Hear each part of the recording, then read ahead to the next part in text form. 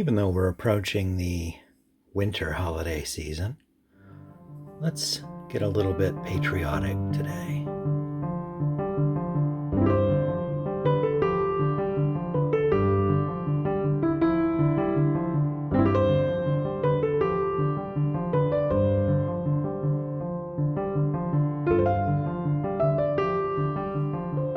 Hello everyone. I am continuing to try to sort my pencil collection, which is a monumental task, sadly.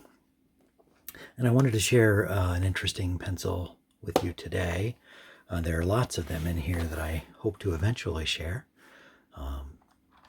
Here we have, I'm trying to separate them based on manufacturer, and there are a number of manufacturers that have the name Faber somewhere in their name.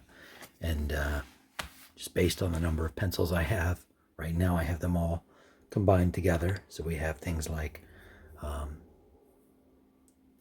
Eberhard Faber in this ebony pencil. We have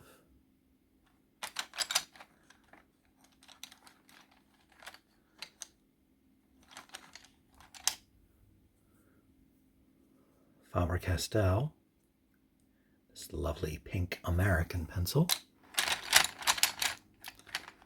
Other iterations here. Here we go. A real oldie, that's a unique pencil. Johann Faber's alligator pencil. Maybe feature that in a upcoming video. Very nice triangle shape. Anyway, so this box here has a lot of Faber related pencils in various iterations that will likely show up in future videos.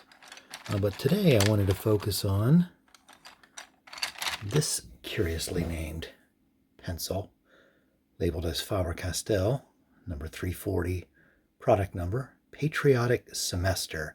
We have these giant oversized trademark symbols.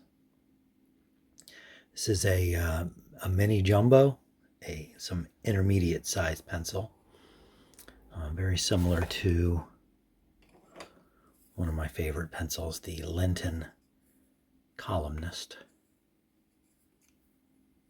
Similar in size, pretty much the same color as well.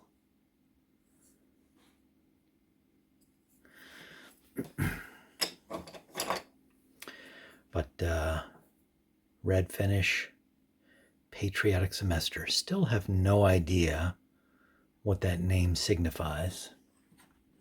But it's a name that was carried over from Venus. We see the same pencil produced by Venus prior to its absorption into the Faber Castell family. Same product number, model number.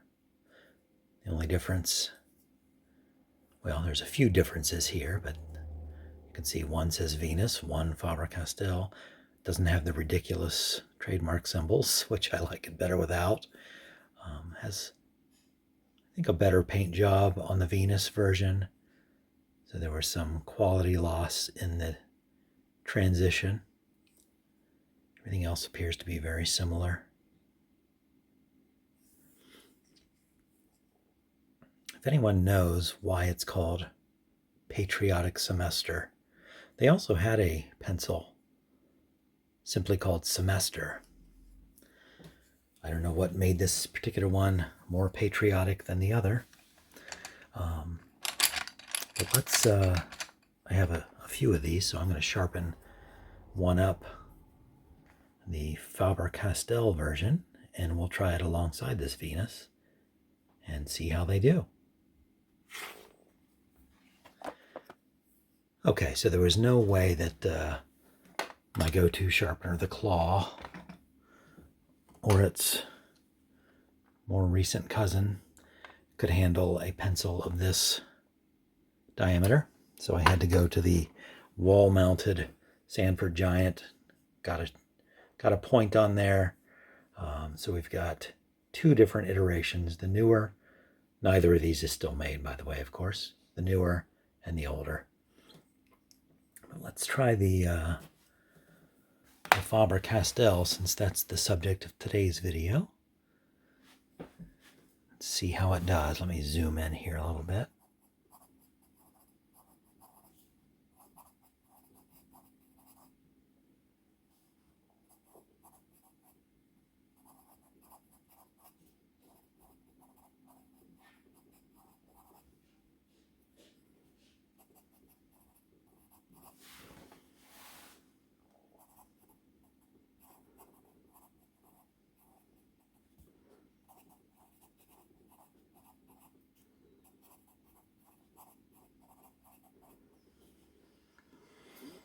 Produces what I would say is a pretty dark graphite mark.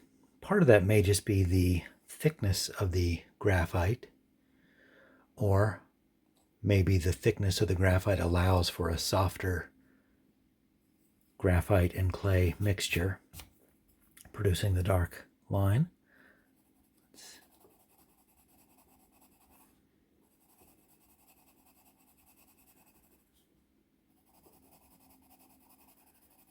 Yeah, that's really nice. Makes me want to salute the flag or something. Let's compare it, as always, to a Ticonderoga. You can see the size difference in the wood casing and in the graphite. Ticonderoga I use as a comparison because it's ubiquity and it's kind of a standard American school and office pencil.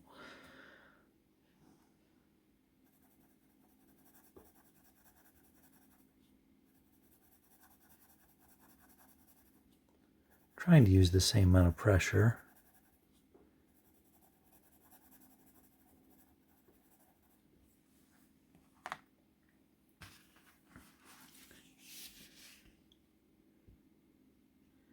And you can be the judge. I think the Faber Castell definitely has a darker graphite mixture than a standard Ticonderoga. Let's compare it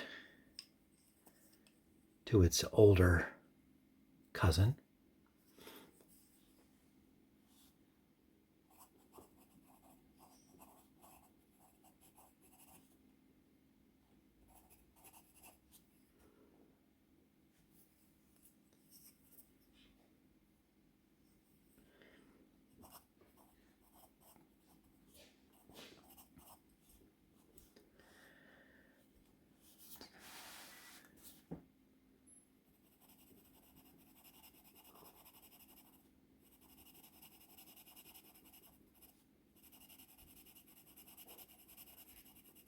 In feel, they feel about the same. So I wonder if when Venus was absorbed, if all their equipment and formularies and such came with the names and the trademarks.